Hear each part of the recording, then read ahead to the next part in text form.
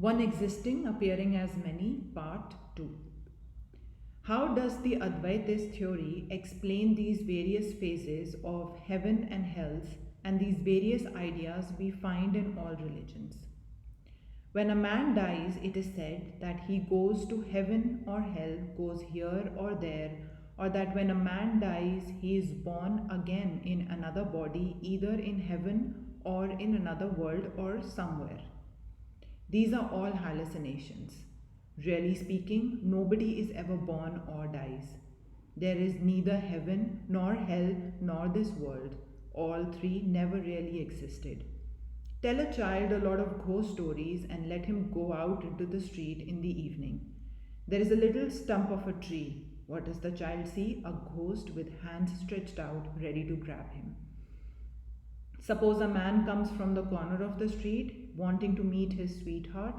He sees that stump of a tree as the girl. A policeman coming from the street corner sees the stump as a thief.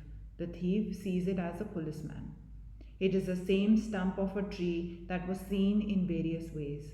The stump is the reality, and the visions of the stump are the projections of the various minds.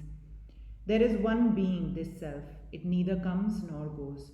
When a man is ignorant, he wants to go to heaven or some place, and all his life he has been thinking and thinking of this, and when this earth dream vanishes, he sees this world as a heaven of devas and angels flying about and all such things.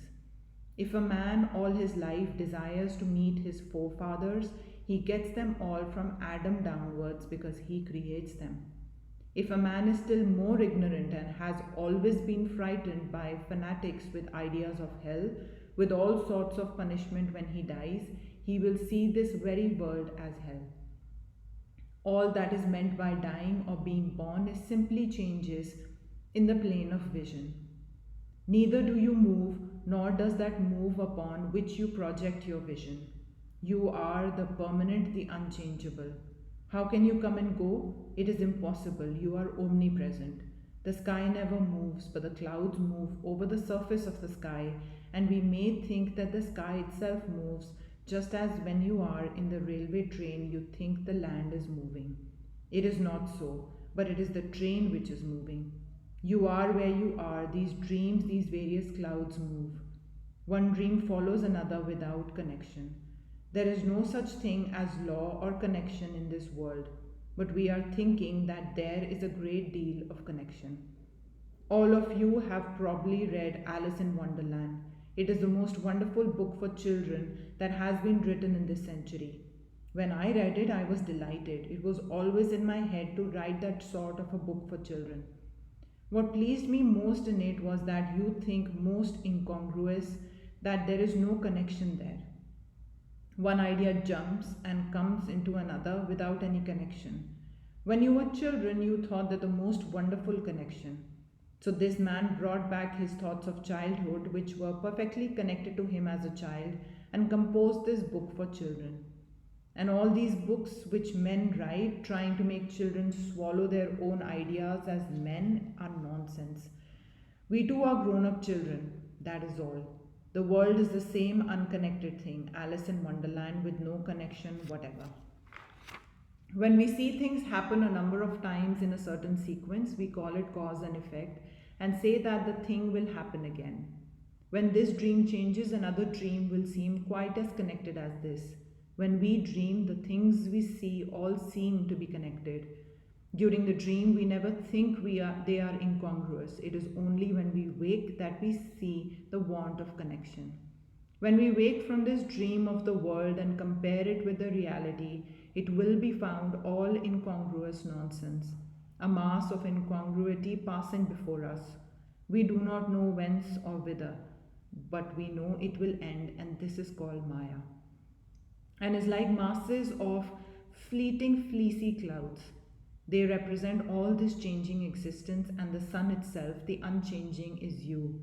When you look at the unchanging existence from the outside, you call it God. And when you look at it from the inside, you call it yourself. It is but one. There is no God separate from you, no God higher than you, the real you. All the gods are little beings to you, All the ideas of God and Father in heaven are but your own reflection. God Himself is your image.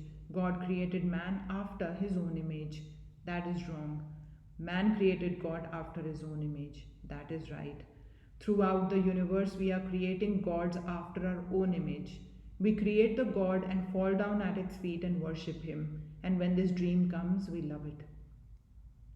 This is a good point to understand that the sum and substance of this lecture is that there is but one existence, and that one existence, seen through different constitutions, appear either as the earth or heaven or hell or gods or ghosts or men or demons or world or all these things.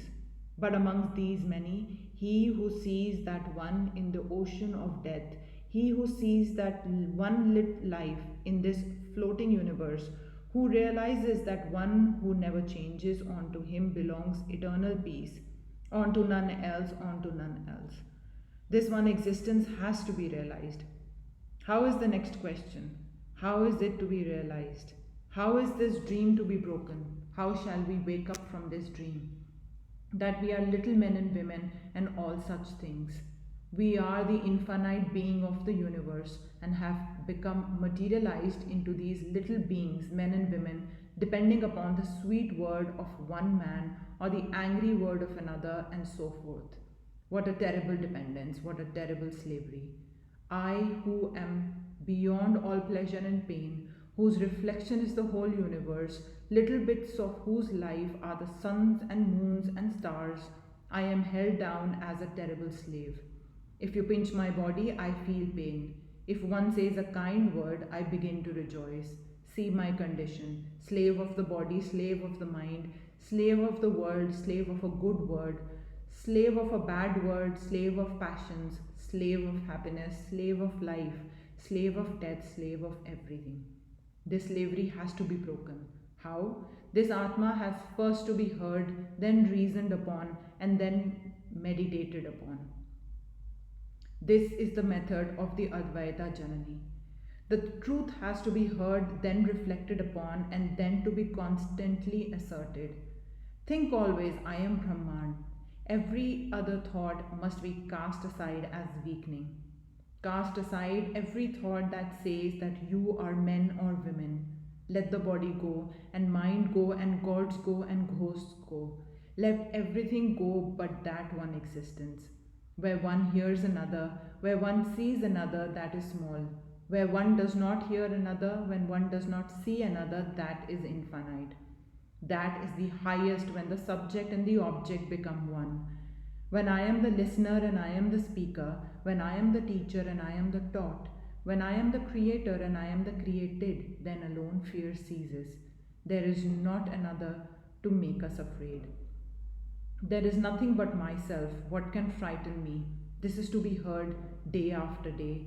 Get rid of all other thoughts. Everything else must be thrown aside, and this is to be repeated continually, poured through the ears until it reaches the heart, until every nerve and muscle, every drop of blood tingles with the idea that I am He, I am He.